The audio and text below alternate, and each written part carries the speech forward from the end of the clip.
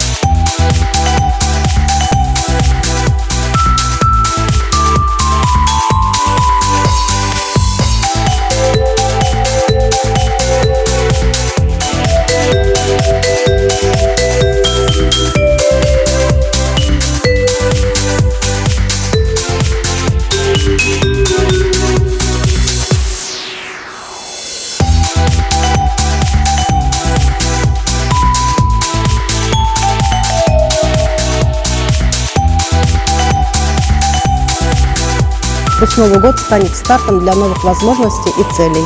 С Новым годом!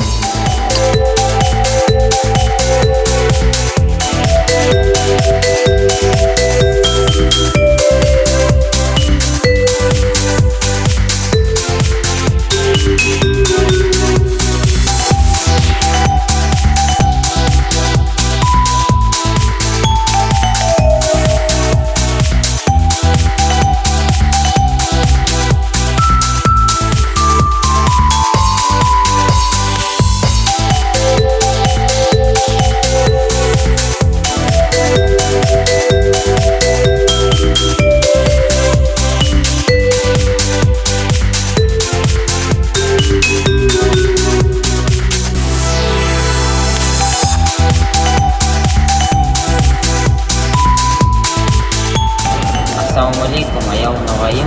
Хочу поздравить с наступающим 1992 годом, пожелать всего самого наилучшего вам и вашей семье.